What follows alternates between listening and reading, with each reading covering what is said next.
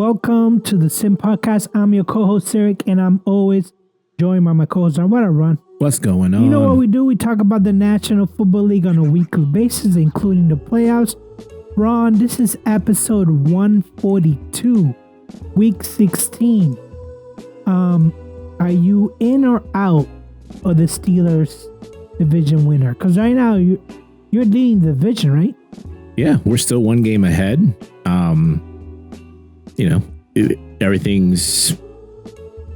It's up to us, right? It's up to the Steelers to win these games and get in. It's, the ball's in their court.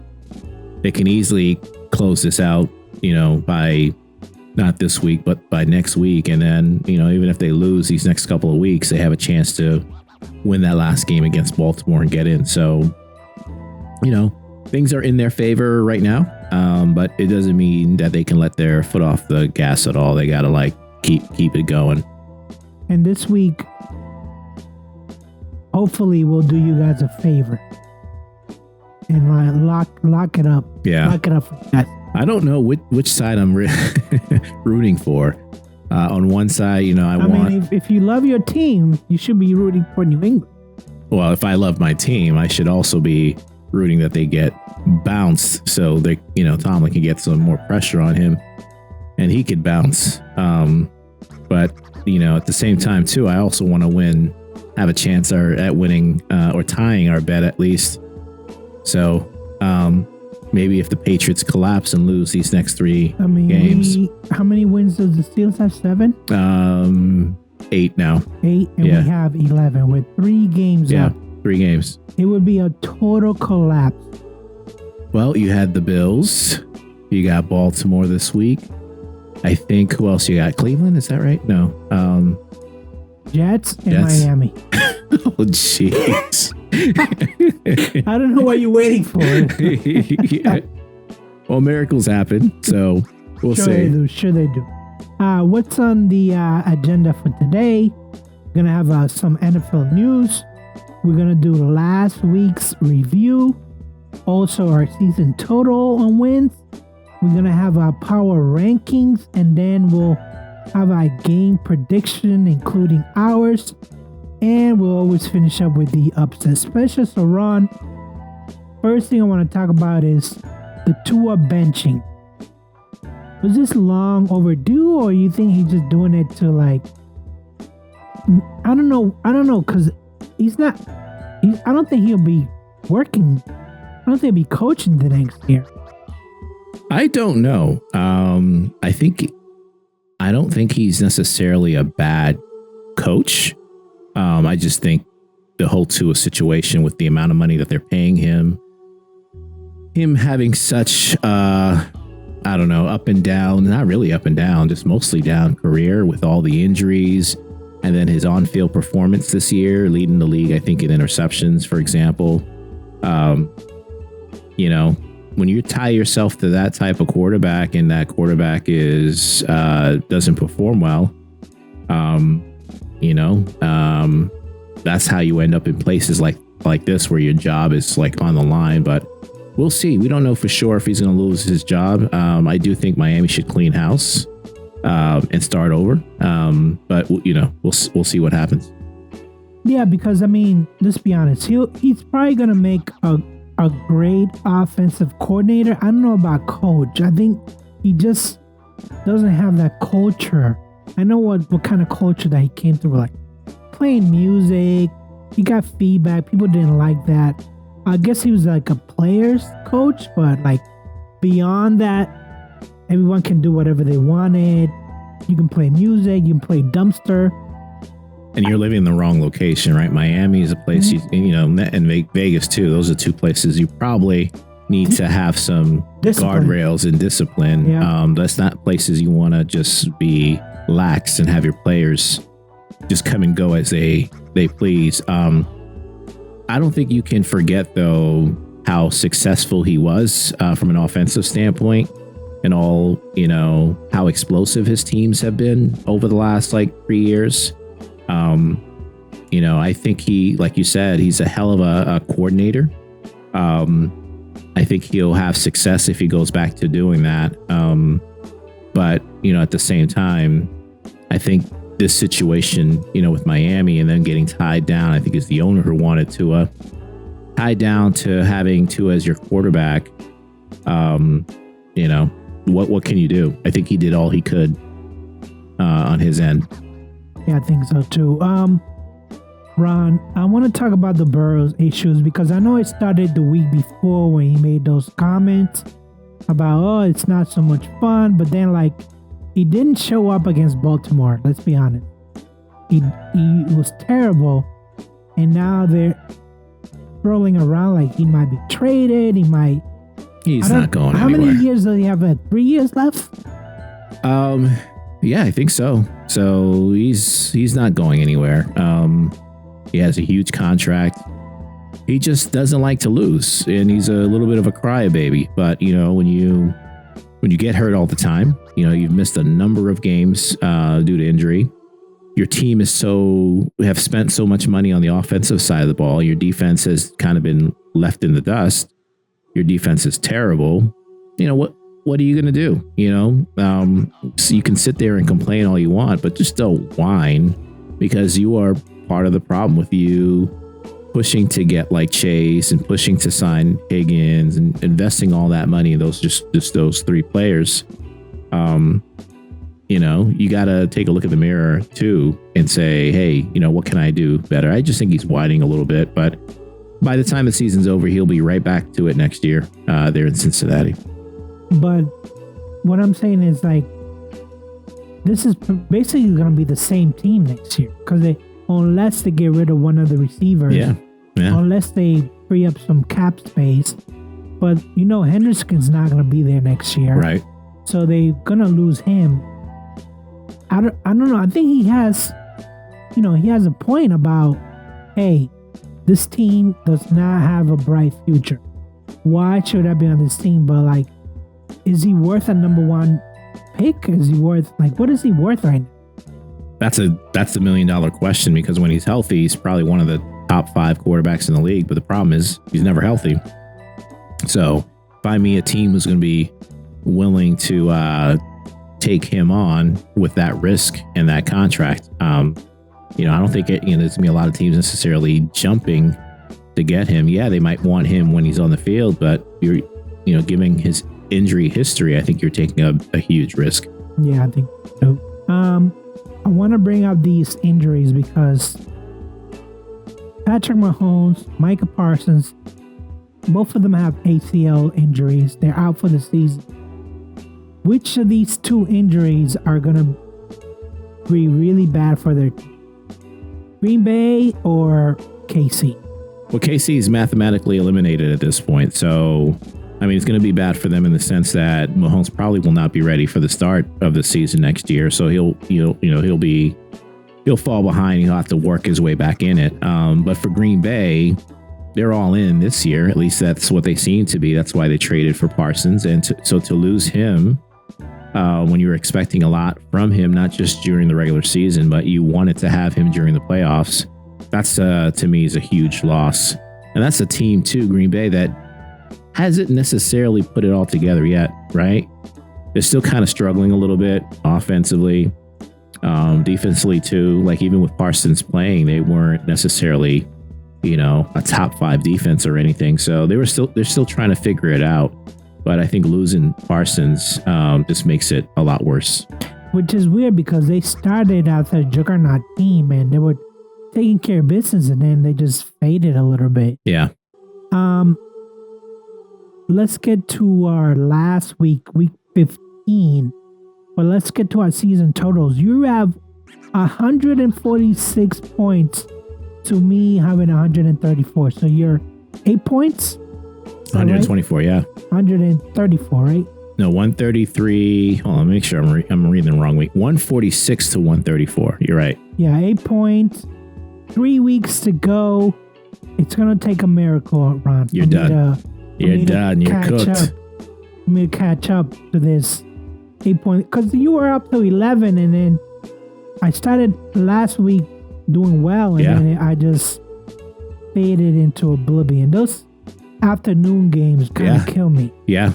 And those were good games that could have went anywhere. And I kind of lucked out with some of them, like Denver and the Rams beating Detroit. I'm really upset about that Carolina New Orleans game because they were tied. It was tied with less than a minute left. Yeah. And then that Carolina safety, for whatever reason, decided to spearhead the New Orleans quarterback and got 15 yards and got them into field goal. Yeah. I mean, he literally cost them the game. And apparently he's like off the practice squad. I was just so dumbfounded with that decision because, well, now you know it's going to go down to this week. It's going down to this game. Yeah, but, Tyler Shuck, I told you, I was really high on him, and looking at his stats for last week, just one touchdown, but 272 yards passing, 24-32. And then what did he rush for? 8 carries for 32 yards on top of that. He's quietly having a good end of the season. Not perfect, still making some mistakes here and there, but he has nothing around him. That's part of the problem with New Orleans.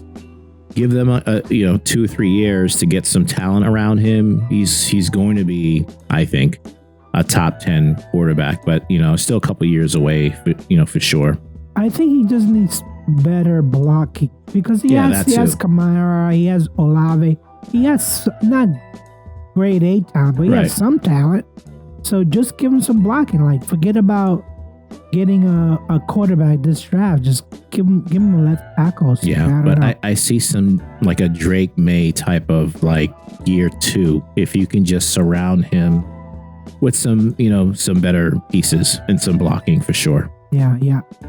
The other game that I was, there was 2 games where got the egg goose. It was the Cincinnati game and the Philadelphia game. Yeah.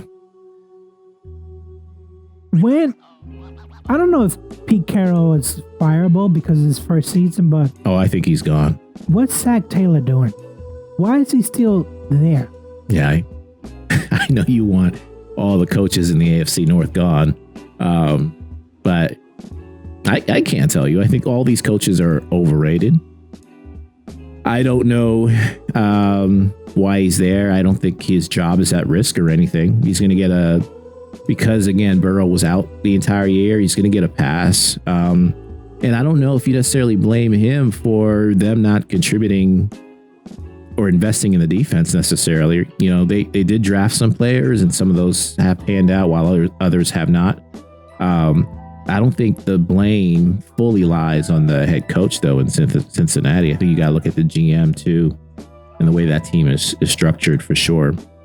But, Pete Carroll, I mean, how old is he? 74 or something like that? So. I think it was Tom Brady who just said, we should hire Pete Carroll. What a terrible decision. Tom Brady, come on. You should know better. Come on. Yeah. Let's talk about Phillip Rivers because it's not like he was lighting it up, right? No. He just did the least possible that he can do. Yeah. And they almost won. I know. That's what's scary. I know. It goes to show you, I mean, the Colts have talent. It's not like they are void of talent. It's just the missing quarterback situation.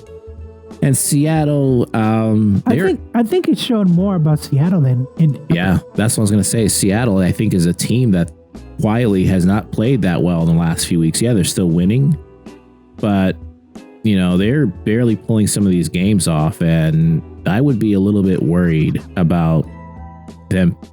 Maybe they peaked too early. So I don't know. I think it says a lot about Seattle.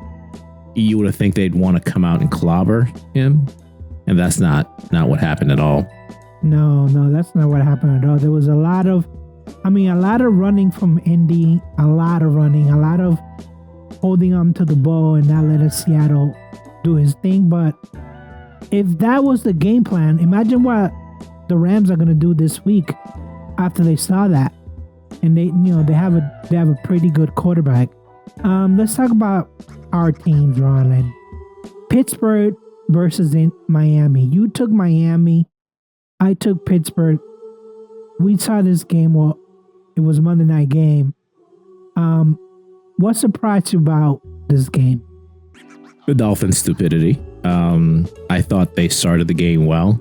I think their running back, what's the running back? What's his name again? A-Chain. That's right. I think he had like 49 yards, 50 yards, something like that the first half. And he was like, I wouldn't say gashing him, but he was very productive. And then in the second half, you know how many times he touched the ball? Like 4 times, 4 carries after that in the second half. Like, why are you, in those field conditions, those weather conditions, allowing Tua to throw 28 times when you're in the game the entire time? It's not like Pittsburgh completely dominated. Miami, to me, even though Pittsburgh was leading at halftime, I thought Miami was playing more physical than the Steelers were. So, but they abandoned the game plan and stopped running, stopped giving the best player the right amount of carries, and that's kind of where Pittsburgh came in that second half and just started clicking and they led the time of possession. I think it's the first game all season that we dominated in time of possession. So, I mean, I saw Aaron Rodgers saying how much he loved Kenneth Gainwell. He's like, "Oh man, I've been watching it." Yeah. You've been watching him? You've been following his every team he's played on? He's like, when the Eagles let him go, I was like, "Oh man, we should definitely pick him up." Well, they did, and Tomlin loves Gainwell too. He's talked since he signed him at the beginning of the year about how good Gainwell is, and I think everyone in the media was like, "I've seen him play. He's a second string back. He can definitely catch the ball out of the backfield and stuff really well." But there, I think there were a lot of, to most fans and most media, there were like question marks. But good for Tomlin to know how to recognize how good he is, and to obviously go out and get him. Gainwell has been arguably our best back. And it's not to say Warren is bad. Warren's had a pretty decent year outside of his injuries and stuff like that. But Gainwell has, he's been the glue, I think, for our running game for sure. He's come in and give us a spark when we needed it. But I didn't think that Tua had a bad game. He was terrible. He was. I mean, he had more yards than Rodgers. He had 22 of 28. He was terrible. The interception was horrible. He took some horrendous sacks. He could have thrown the ball away. He doesn't have an arm. He has zero arm strength whatsoever. Held the ball way too long, and he just had no answer. That's why your stats can kind of lie to you, because if you're just throwing 5 feet in front of you, you can have a great completion percentage, but it's the throws that you do miss. It's the times you hold on to the ball too long, take sacks, and not throw it away. Those mistakes, the interceptions you throw, that's what will cost you games. And I thought, but he's played like that all year, so that's why he's getting benched at this point. Yeah, but are they gonna do much better with Quinn Ewers as quarterback? I think they'll be able to throw the ball downfield more. Tua just can't do that. He's limited physically. They don't have Tyreek Hill. Who's he going to throw it to? You still got Waddle. You still got Walker. Right? You got weapons. It's not like the Dolphins don't have weapons. It's just they don't know how to. They don't have the talent to get them the ball. This decision is very strange, because obviously Tua is not going anywhere. No one's gonna want that contract. It's like $60 million in 3 years, something like that. So why go to switch to this rookie? I mean, so you wouldn't, if you were the Dolphins coach and you saw Tua struggling all season, you wouldn't make a change. What does that tell your other players though? If you don't bench the guy that's making the most money but playing the worst, if you don't hold that person accountable, what message are you saying to the rest of your team? I'm looking at his rating right now. He had a 113 rating. Yeah, but you can't. That's, again, statistics are misleading. It doesn't matter how good your numbers are. It's what you're putting on tape and film, and he just has not been good enough. Like I said, leading the league in interceptions, and just not able to throw the ball downfield. I don't know. I mean, to be honest with you, they're gonna do it anyways. They're gonna go to this rookie guy. I just penciled them in as losses. Well, I think they're eliminated anyway, so it's not but I mean, penciled them in they just want to win 6 games for the rest of the year. They're 6-8 right now. So you're saying basically that their chances of winning go down with Tua benching and Ewers playing. Because now any defense except for the Jets defense, any defense can just be like, we're gonna blitz this rookie till he figures out. Yeah, I think it's going to be a step up for them, to be honest with you. Not that I'm super high on Ewers, I'm not, but that's a team that needed to make a change, and it's good to see that they're doing it. Unfortunately, they waited till week 15 to make the change, week 16. So it's too late. I mean, this is one of the bad teams at the beginning of the year that actually got better as time went on, and now they're just like, you know what? Just put the rookie in. And you're just like, well, I thought you guys were getting better. Well, they were getting better because they were running the ball, right? So they were consistently running the ball and minimizing Tua from having to make plays and make mistakes. That's what, has led to their 4 or 5 game win streak, whatever it was. But like I said, this game, for some reason, second half, A-Chain only touches the ball 4 times. Out the backfield. You got to get him, though. You got to run the ball more. They chose not to do that, and they didn't have the Steelers dominated time of possession. I just don't understand why you just would not give your best player the ball more often. It doesn't make sense to me. It doesn't make sense. So then it's not like they scored 12 points in the fourth quarter, but what I'm saying is if you want to less Tua, run the ball more. Yeah, exactly. That's but now you're saying, okay, no Tua at all. Let's just run the ball. But if a team is okay, you're not gonna put Tua, you're gonna run the ball with HN, we're gonna put our run stopping defense. Let the rookie beat us. Yeah. Which we know not gonna happen. So yeah, it sounds like you're penciling in week 18 as a automatic win. Well, I don't know where that is, whether it's in Miami or in England. But why would it matter if it's just a rookie? If it's a rookie, really doesn't matter. Yeah. I'm just saying, sometimes Florida can get high in December, sometimes it cannot. So, but you know what? Let's talk about this Patriots versus Bills, because we were watching the game at the same time. And when the Patriots went up 21-0, I still was not feeling comfortable. Right. And I know the Bills did this on purpose, where they scored 7 points, got the ball back again, scored again, and then I knew from that point forward, this is not good. When you say good. They did it on purpose, what do you mean? Meaning that the coaching staff were like, you know what, we're going to get the ball in the second half. Let's just keep the ball till the very end. Doesn't every coach try to do that, though? Not the way this team did. Even though at the end, Patriots did have a field goal with 10 seconds left. But I was just like, this is not good. This is walking directly into what Buffalo wants to do.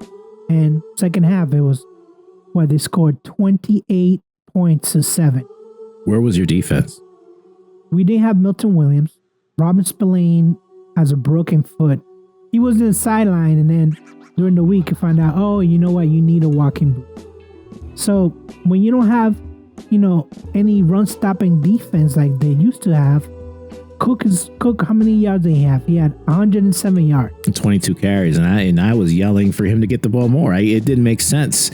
that they kept lining up in shotgun. There were a couple times that, on first down, I'm like, what are we doing here? He didn't get the ball until the second half for some reason. Yeah. I was like, give him the ball. I didn't get it, but 22 touches is decent. I would have preferred to see him get 26 to 30. Yeah, almost 5 yards a pace. So, and Trayvon Henderson, he did his thing. I cannot blame for him. He's a home run hitter, but Drake May, he still has a lot to learn, because he could have, at the end, he had 2 chances to win this, and both chances he did not come through.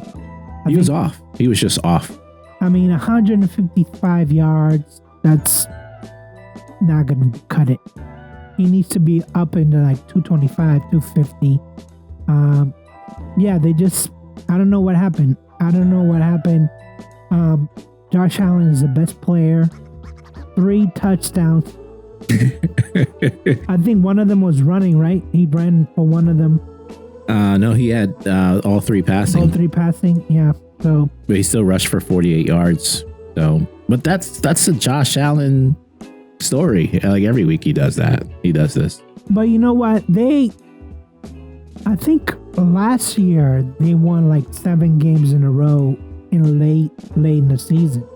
The year before they did the same thing. They just go on these December, November runs where you're like, what happened? What? This wasn't the same thing at the beginning of the year. Yeah. How are you feeling about your team now? I'm still feel good. Yeah. Especially when we talk about Miami starting QB and the Jets starting QB. They're both rookies. Yeah. I feel good. Yeah.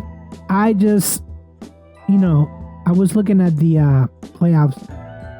I still worried about Houston. Oh, well, trust me. I don't think anybody wants to play Houston. And we'll get to rankings here in a second, but they are arguably the toughest team in the AFC. You can make that argument. Houston, and for some reason, Bo Nix is starting to figure it out. Mm-hmm. I told you about him too. Don't let him. That's a dude. I'm not even joking. He'll mess around and put up 400 yards in the playoff game. You're like, what just happened? Because he has the talent to do that. And you'll be sitting there wondering how you gave up 40 points to the Broncos offense and how he put up 400 yards passing. Because that game against Green Bay, you almost felt Green Bay put it all on the line the first half, and then second half, Bo Nix just woke up and was starting to make plays. Sean Payton, Bo Nix is a lethal combination. Yes. Lethal combination. Josh Allen and McDermott is not a lethal combination. But Josh Allen can play, MVP style ball. So. Yeah, he can just take it over. Yeah. At any time, so. Yeah, and it wasn't, when I look at the Buffalo receivers, it wasn't like nobody was dominant. Josh Allen just knows how to spread around. He has 2 Pro Bowl type caliber tight ends, Knox and Kincaid. He can, can spread it around. Drake May has a lot to learn from Josh Allen. We only need 1 victory to win. Whether it's the New York Jets or Miami Dolphins. Aren't they just 1 game behind you though? The Bills? In the conference or division? In the division. Yeah, they're 10-4. You're 11-3. But even if they need to win all. Well, actually, if they win out, if we win out, we still have 1 victory. Yeah. But if you lose this week to the Ravens and the Bills win, it'll be a tie. The record will be a tie. But it goes, so the tiebreakers are, I believe, head-to-head first. Which is 1-1. And then division record, right? So you'll be 3-1. In the division, they'll be 3-2. 3-2, so you'll still be in first place. Yes. Okay. Yeah, so we just need to beat either the Jets or Miami. Yeah. And then I'm guessing they have to have at least 1 more division game. So the Bills have, it looks like, the Browns this week, Eagles, and then the Jets to finish out the season. So that'll be their sixth game. So assuming they win that, they're at 4-2 in division. And then New England, they have a chance to get to 5-1, or 4-2. But anyway, besides like head-to-head and division, from there it goes to, I think, conference. No, it actually goes to like teams. So meaning like, what's your record against the same teams that you both played?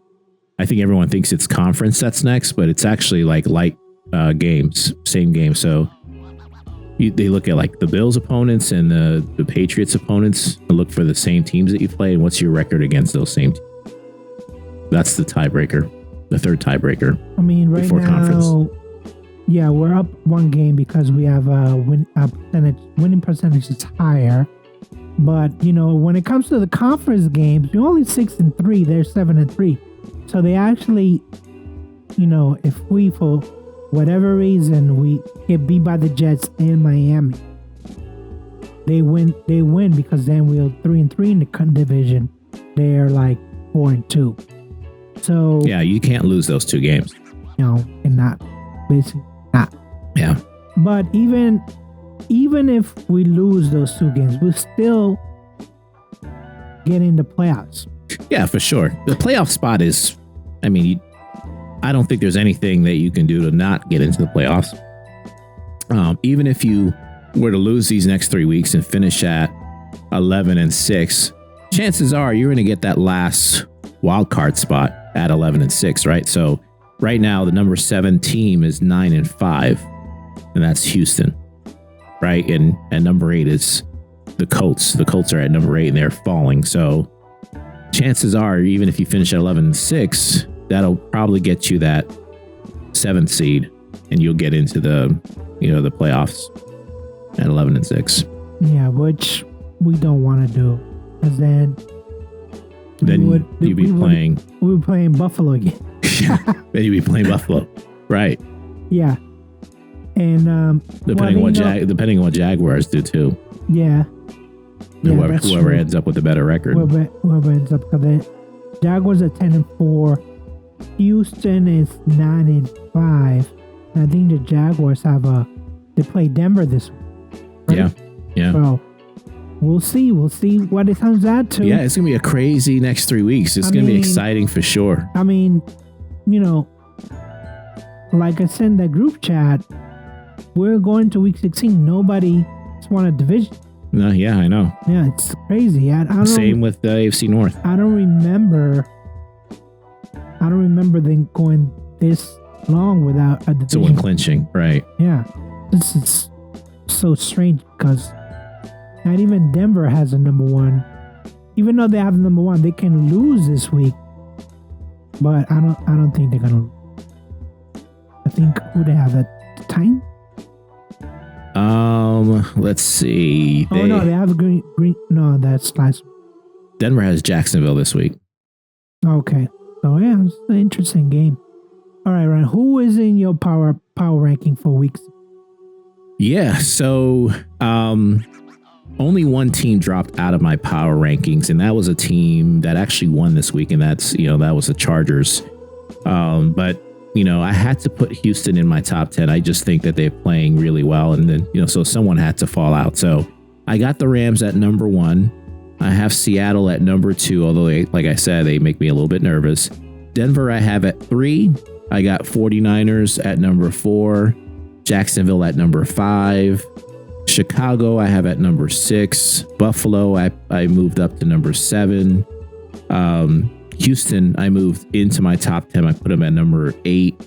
The Patriots, I dropped them. Where were they? I think they were at number 4 last week. I dropped them down to number 9. And then Green Bay at number 10. Green Bay is a team to me that could potentially fall out of my top 10 in favor of like a team like the Chargers or Philly that I have lurking right now. Yeah, I actually did drop out Green Bay and put in Houston. So I have the Rams on number 1. I have Denver on number 2. I have Seattle on number 3. Chicago on number 4. I have Buffalo on number 5. Jacksonville number 6. I have San Francisco on number 7. New England, I got an 8. Chargers are 9. And Houston at 10. And Houston, I mean, I think it's just going to be like their 5th game in a row. They're in a winning streak right now. Yeah, super winning streak right now. They're playing really good ball on both sides of the ball, their defense and offense. Yeah, they got a 6-game winning streak. So let me ask you something. And I wanted to do this, like put together like a confidence meter, if you will. And maybe we could save this for next week. But I'm just curious, out of these top teams here in the AFC, right? These teams that are currently in the playoff contention, like what's your confidence level as a Patriots fan to beat all of these teams? You know, Denver, Jacksonville, Pittsburgh, Chargers, Buffalo, Texans. How confident do you feel about those matchups? Is there any team besides Houston you're like, oh, I don't want to mess with them like that first week? Obviously, Denver. Yeah. I don't want anything to do with Denver. I don't even like when the Patriots have to play in Denver, much less. Buffalo Bills. Yeah. Because they have Josh Allen. And then I would have to maybe, because of the way the Rodgers play, maybe the Steelers. Really? And then I would, the other two that I really think that we can beat them at the Chargers and Jaguars. If we have everybody on our defense, we have our run stoppers and all that. Yeah. And we don't know if the Colts and Ravens can make it. Yeah. So, yeah, if I'm looking at the landscape, I think those are the teams that, Yeah, I would not want to play Denver, especially in Denver. I probably, if I had to play Texans, I would prefer to have them at home, but they make me extremely nervous, for sure. We've already lost to the Chargers, so I know what they can do, especially now that they're starting to get healthy. I think they get one of their linemen back too, so they make me a little bit nervous as well. No one's really talking about Jacksonville. I think they're probably the team that I'm like, okay, we can match up well against them, and we don't fully trust the quarterback yet to not do something stupid. So I think like Jacksonville is a team that I probably would not fear as much, because all those other teams have quarterbacks that I'm like, yeah, that guy can beat us. Herbert can beat us. Josh Allen can beat us. CJ Stroud can make plays and beat us. Bo Nix, we talked about already. And Drake May, he's going to have some bad games from time to time, but, he's more than capable of having a good game too. So, yeah, I mean, I'm looking at the Chargers. They're 5-0 in the division. So that, I think they haven't, do they play Denver again? I'm looking at their schedule right now. Because I think they got the Cowboys, Texans, and Broncos. So yeah, that Broncos game. I mean, if they win out, they can win the division. Broncos, yeah, we'll see. Broncos might not have. Well, they got a tough game this week. We might not have much to play for. We'll see, depending on if Chargers can keep pace. Well, right now the Chargers. I mean, they win out the division. I mean, you have to include the Broncos in just because of their record, but right. If they go undefeated in that division, that's a big advantage for sure. But big advantage because they get a home game. But the Cowboys game is not going to be easy, and then they got the Texans after that. Texans game is going to be tough. Yeah. It's at LA, but that LA place is not. There's no home field event there. Let's get into the week number 16 prediction.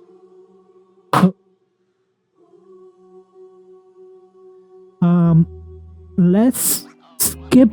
Are we gonna skip Thursday game? Yeah, because it's part of my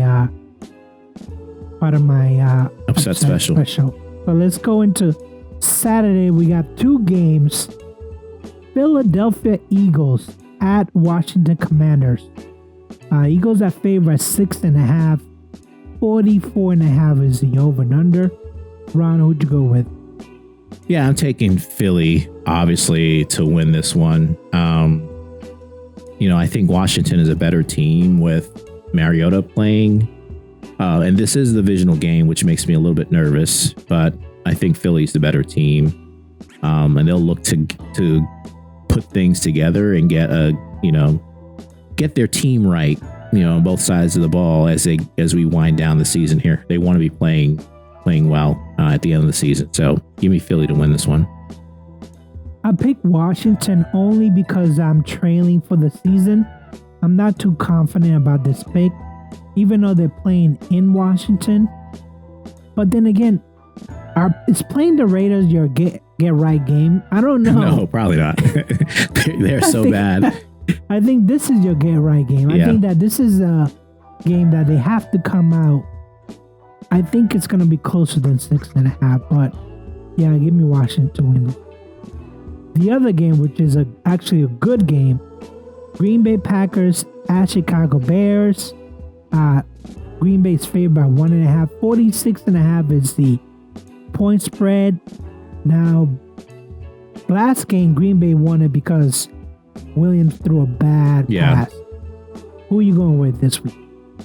This is a game I probably would not touch. Over under, though, 46.5. I probably would take the over in this one. I'm taking Chicago. I have no confidence, though. I could see this game going either way. But I'm going to take Chicago. I think even though you just said Williams threw that pick at the end of the game, I still feel like I can trust him a little bit more than I trust Love. I'm going with Chicago as well. I think that Ben Johnson will show that film, tell them, hey, we actually played fairly even with this team. No Micah Parsons. Not that he was making such a big difference, but give me Chicago to win this game. Sunday, December 21st, the Buffalo Bills at Cleveland Browns. Bills are favored by 10 points. 42.5 is the over and under. Ron, what's your prediction? Yeah, I think this is going to be a blowout. Outside of Garrett trying to get the sack record, that defense will lie down to Buffalo. And I can see Buffalo putting up like 30-something points pretty easily and get this game getting out of hand. So give me Buffalo by more than 10. Are you okay with Sanders playing the way that he is, or you think that this is they're just waiting on Watson to come back? I don't know. They know what they're doing. Sanders played horrible last week, right? And then they had the other rookie that was not good enough to be a starting quarterback. Dylan's not good enough. Yeah.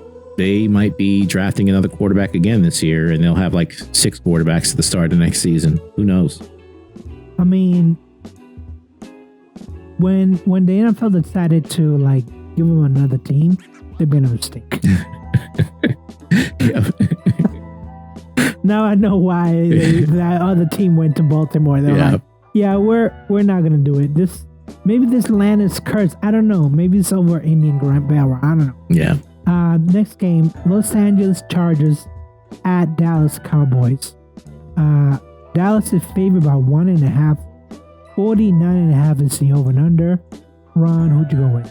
Yeah, another tough game. Probably wouldn't touch this one other than 49.5 is a lot, but I can still see them going over here.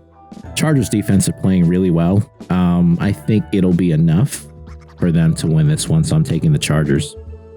Yeah, this game to me is a toss-up, so I went with Dallas. The way that Dak played last week, week 15, was not the Dak. I mean, he's still going to get comeback player of the year, but I think he can play better than that. So give me Dallas, but I'm not, Chargers are playing really well, so we'll see how this. Give me Dallas. Next game, the The Kansas City Chiefs at Tennessee Titans. Chiefs are favored at 3.5. 37.5 is the over and under. Ron, what you go with? I don't even know who the quarterback is for Kansas City. The backup, do you? Tom Brady. Kansas City? He just saw Philip Rivers Day. He's like, you know what? I'm putting out the big cleats. Doesn't matter. This game's in Kansas City, right? No, it's at Tennessee. It's at Tennessee. Don't care. Tennessee's not a great team. I'm taking Kansas City to win. They still got Reed. They still got, some decent players, and they'll play for pride, if nothing else. So give me Kansas City to win this game. Yeah, I went with Tennessee only because I'm at this point I'm just grabbing at straws. I'm not confident Tennessee will do anything. I do like their running back. I think he's, if I had a fantasy team, I would start him, but I don't. But give me Tennessee to win this game. Cincinnati Bengals at Miami Dolphins. The Bengals are favored at 1.5. 1.5 is kind of low. It just moved up, it looks like, with Tua benching today, so it's now 4.5. Okay, that sounds more better. Yeah. 4.5, 50.5 is this point spread. Ron, who'd you go with?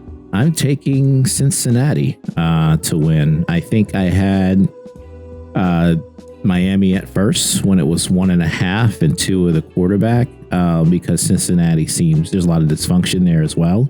But yeah, give me Cincinnati to win this one.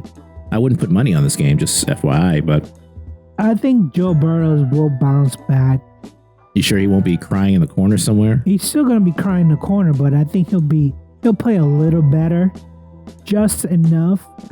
But I will definitely take the over, but give me Cincinnati to win this game.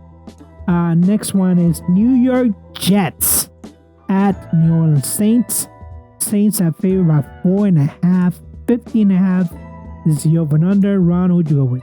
I am taking the Saints at home with Tyler Shuck. I think they will win this one. I think the Jets are probably the second worst team in the NFL. Raiders by far the worst, but Jets are right behind them. So I'll take the Saints to win this one.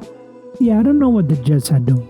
To be honest, I don't know if they just tanking or they just really, really bad. They just fired their defense coordinator, right? Wicks. Well, actually, I did because I remember when I saw that way at the beginning of the season, Aaron Glenn was like, "Oh man, I'm so glad my best friend is going to be the defensive coordinator." I was like, "Wow, you calling me a best friend?" And then 16 weeks later, he's fired. Just threw him under the bus. How much a difference 16 weeks makes, I guess, in the NFL. Well, I guess it's survival of the fittest, right? It's like your job or mine, but give me New Orleans to win this game. Minnesota Vikings at the New York Giants. Vikings are favored by 3 points, 44.5 is the over and under. Ron, who'd you go with?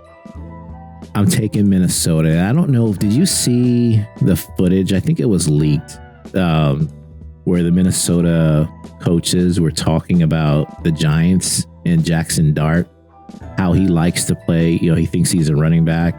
So basically go after him and hit him hard is what they were saying. So if he's going to act like he's a running back and think he's a running back, just go out there and knock the hell out of him is what they were saying. So Minnesota's going to win this one. They're the better team. McCarthy's playing a lot better, and the Giants and Dart are not. So give me Minnesota to win this one.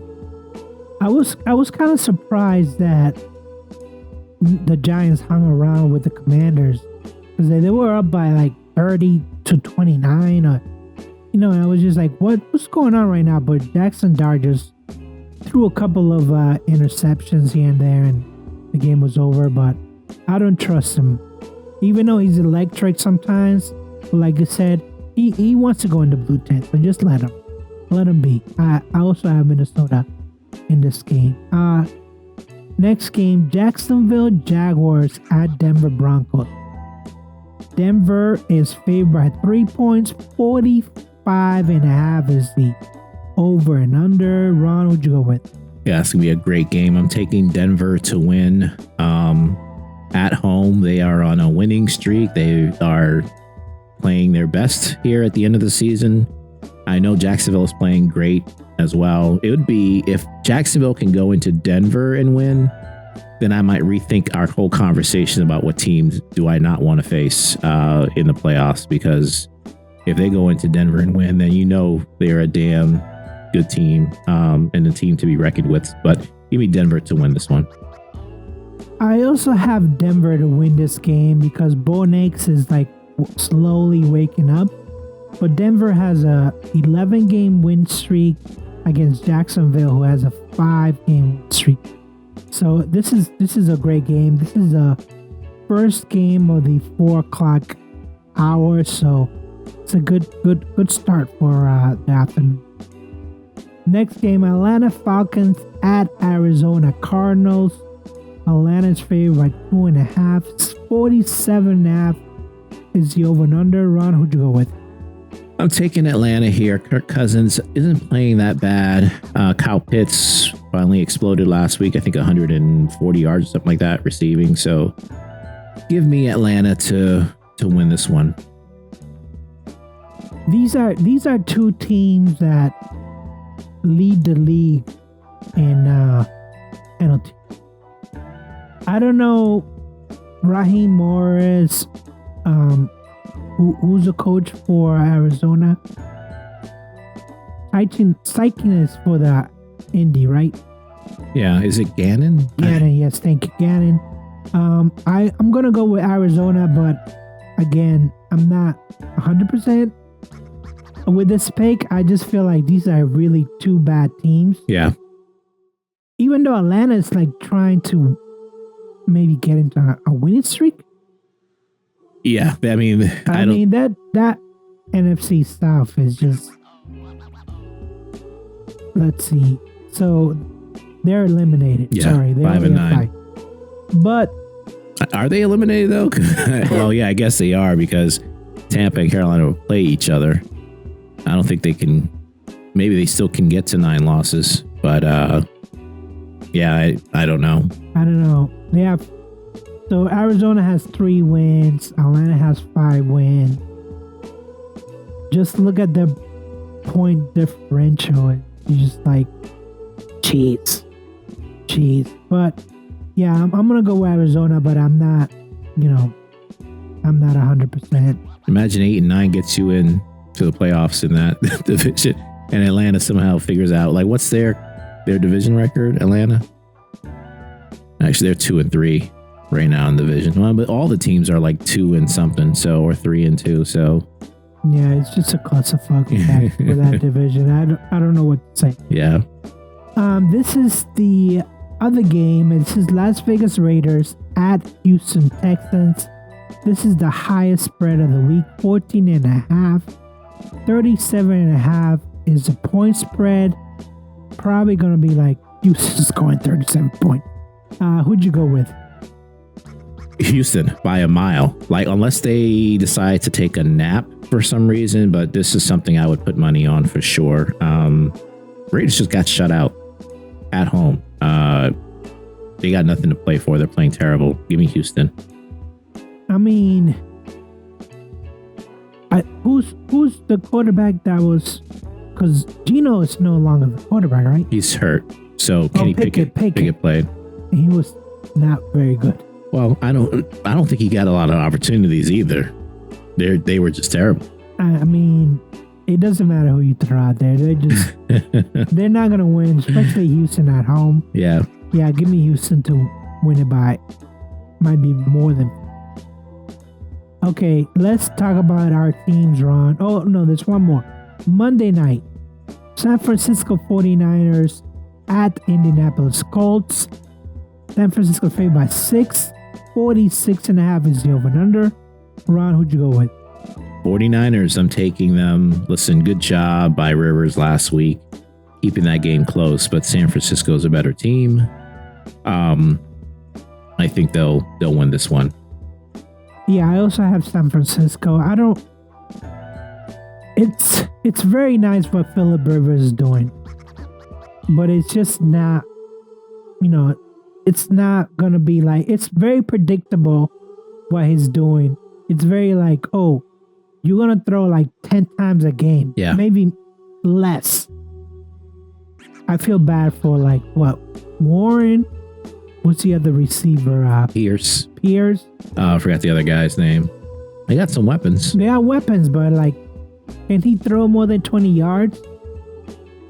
Yeah, and he was like bragging. I guess he was bragging like, "All my throws went to the ground." I'm like, you really want that out there? That all your throws went to the ground? Let's talk about our team, Ron. Let's talk about Pittsburgh at Detroit. Detroit is favored by 7 points. 50.5 is the over and under. Ron, what's your prediction?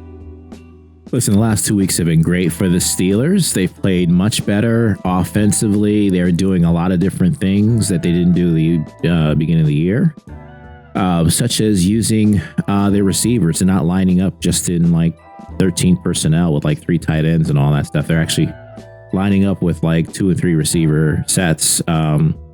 And Rodgers is starting to look like not Pro Bowl Rodgers, but he's playing a lot better. So I do think they will score. However, Detroit will score more. I don't see Steelers being able to stop Detroit's running game. I think the receivers Detroit have are going to be a tough cover for the Steelers secondary. And yeah, the secondary is playing better, but they're still banged up. So I don't know what the health situation looks for like here and some of the other guys in the secondary, but I think it's a mismatch for sure. So I'm taking Detroit to win this one 30-24. Yeah, I'm also taking Detroit to win this one. I have them winning 35-21. They're home. Goff is comfortable at home. That defense flies. Gibbs gonna be offensive player of the year unless McCaffrey, succeeds in having 1,000. But no one's talking about it, which is very, very strange. Yeah. But then again, journalists votes on this. It's not like, players get. So I need to look at the 49ers odds to win the Super Bowl. That might be a good bet. Barometer. Yeah, because that division, I don't know if Seattle has what it takes offensively to like compete with the Rams and maybe even compete offensively with the 49ers. But, they're so banged up. Who knows? Yeah. But anyways, I got Detroit. They got Gibbs. I think Emirates is back, right? Yeah, he's back. So give me Detroit to win this game. New England at Baltimore. Baltimore is favored by 3 points. 48.5 is the over and under. Ronald, who'd you go with? Yeah, I'm just making sure I have this right, but I am taking Baltimore to win this one. Baltimore still has a lot to play for. Obviously, they are playing desperate. I know they're banged up, still got a lot of injuries that they're dealing with, not fully healthy. But Lamar's getting better, starting to run a little bit more. I'm taking Baltimore to win this one 26-23. It's not to say, I don't think it's necessarily a bad reflection on the Patriots. I think the Patriots are just hitting this game with Baltimore on the up and up. I think that's kind of how I'm looking at it. So I think it's going to be a tough matchup for them. And Baltimore, like I said, is going to play like the more desperate team. And Lamar will make some plays. I'm actually glad that they played Buffalo and they lost, because if they had, I'm glad that they lost, but at the same time, it could have been a division clinching win. Baltimore, on the other hand, played a terrible Cincinnati team. I don't think that's going to happen with New England. I think they're going to go in there, drop their hats on, and just say, hey, we need to win this game to lock up. Because they win this game, they don't lock up the division. I don't think they do 12 victories. I don't think that's enough, but at least you know it's a good barometer. You lost against Buffalo, a really good team. Are you going to lose against Baltimore, who's not in the Buffalo hemisphere at all, but they're a good team? See, I don't think they're that far off. They just have not been healthy. Because, you know, if had Lamar been healthy all season, they probably would be on top of the AFC North right now. But that's not how the season played out. But he's getting healthier at this point. And the defense is playing a little better. They're still got some, some things to clean up.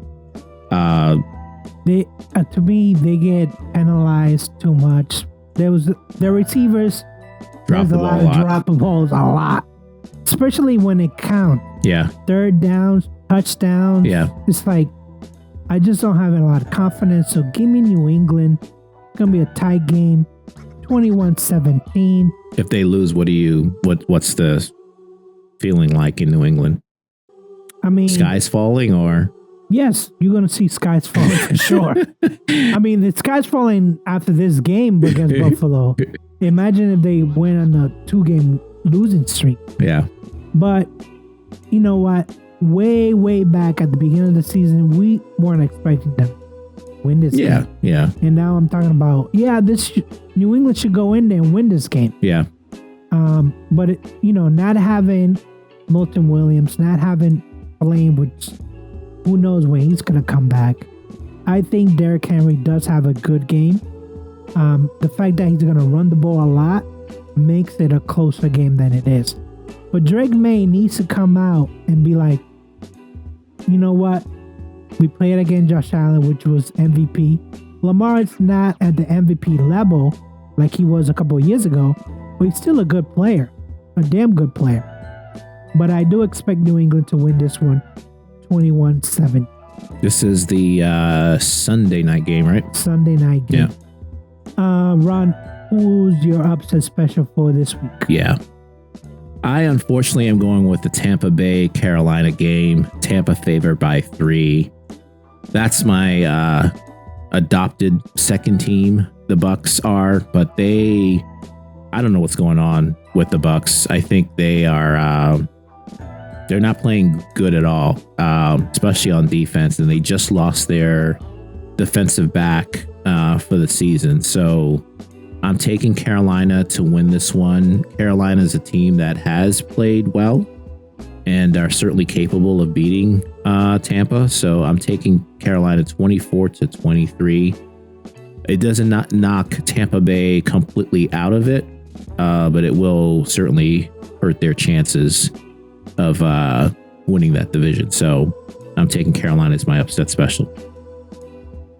I would, I would have taken Carolina here too, but because I'm behind in the season total, I'm going with Tampa Bay, but I'm not confident at all in Tampa Bay. But if they want to win the division, I think they do. I know Mike Evans was really mad. I don't know how mad he's gonna, make the team better. But I have Tampa Bay to win this. My upset picture, which I alluded to earlier, I have the LA Rams beating the Seattle Seahawks 24-21. I know they only favor 1.5, which is not a big spread, but it's just I'm concerned about Seattle's offense. That's all. Like, is Darnold? Does he know that he has weapons, or is he the weak link? I don't know if it's necessarily him. I think it's just a combination of different things. They're not necessarily having success running the ball. I believe did Kenneth Walker get hurt too on top of that? Charbonnet is getting a lot of play. Yeah. So I don't know. I'm not exactly sure what's going on there, but it should be an exciting game for sure. But I'm taking Seattle. So I can see why you would take the Rams. I think it can go either way. Yeah, I'm looking at Seattle stats right now. So Kenneth Walker is the leading rusher, but then Charbonnet, he only has 140 yards. I'm sorry, he has 514 yards, 140 carries.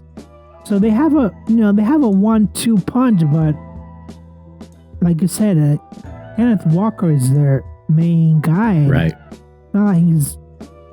I just really looked. He's questionable for Sunday. Yeah, I don't know. And Darnold, how many interceptions? He has 11 interceptions so far. So it's not like he's lighting it up week after week. But I don't know. I'm gonna go with the Rams. I think the Rams, if they win this game, where are they in the division? Just looking at the standing.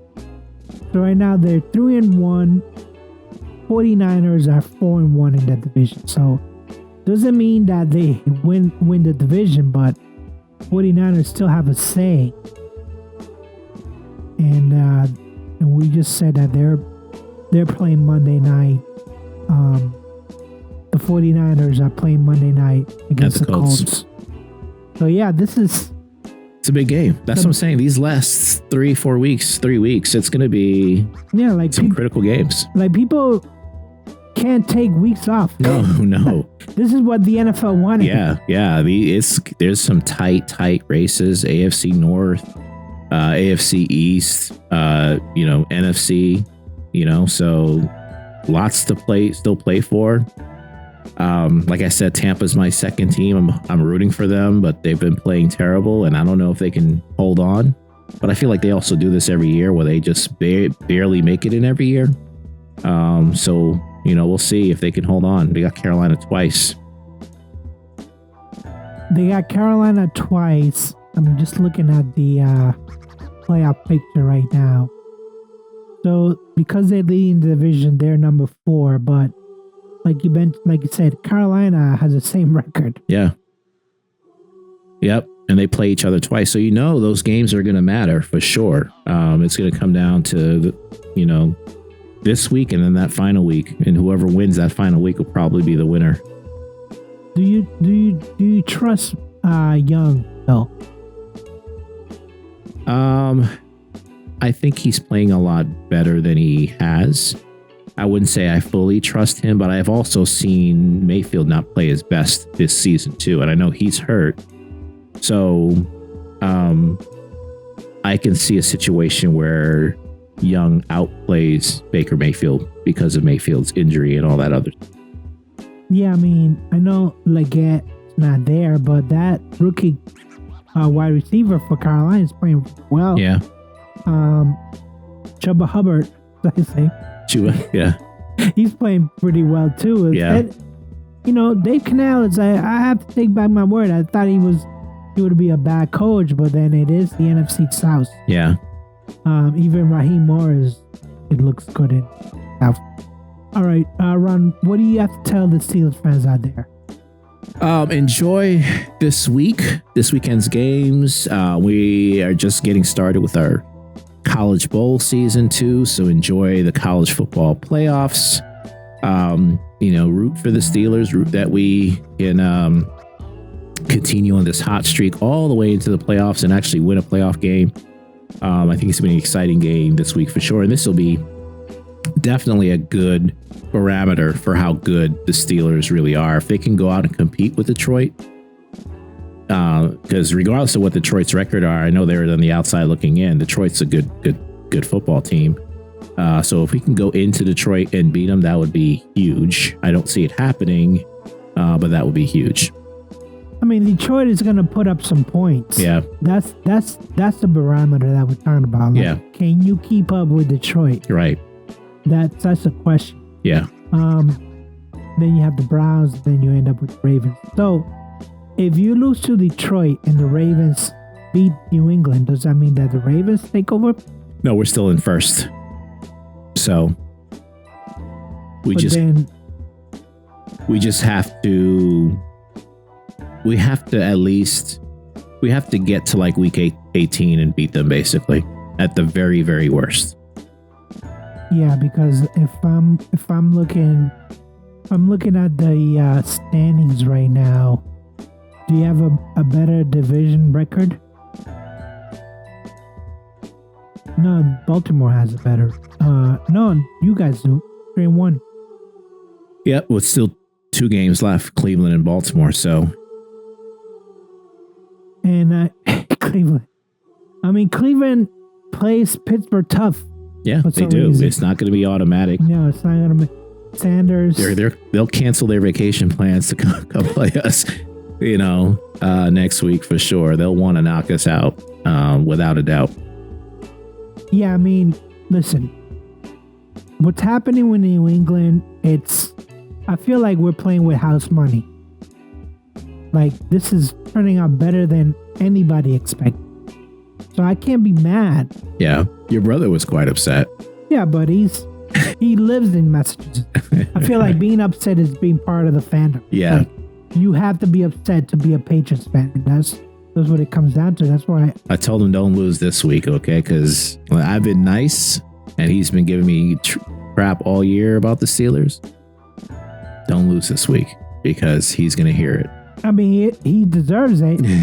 But to be honest, 11 wins is far more than I wanted. Exactly. So I'm just happy that we're actually challenging Buffalo for the division. Yeah. I know that there's people out there, especially in New England, where like sky's falling. Right. And if they lose against Baltimore, you guys cannot beat a good team. That's what it comes down to. Right. Dude, who cares? This is Mike Vrabel's first year. Exactly. Like, this is all good. Yeah. So gravy. I'm more than static. Next week we'll have episode 143. We'll have week 17, and maybe we'll have division winners.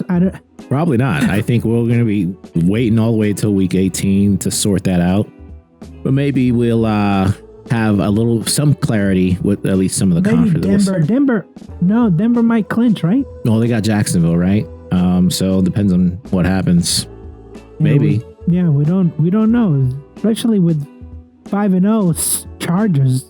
Incredible. Anyway, so we have episode 143, week 17, and with that said, I say peace. Peace. All right, that's it, guys. That's the end of the show. Thanks so much for all your support and listening today. If you got any questions, comments, feedback, feel free to email us at simsportsmedia@gmail.com. That's SYMSPORTSMEDIA@gmail.com. Peace.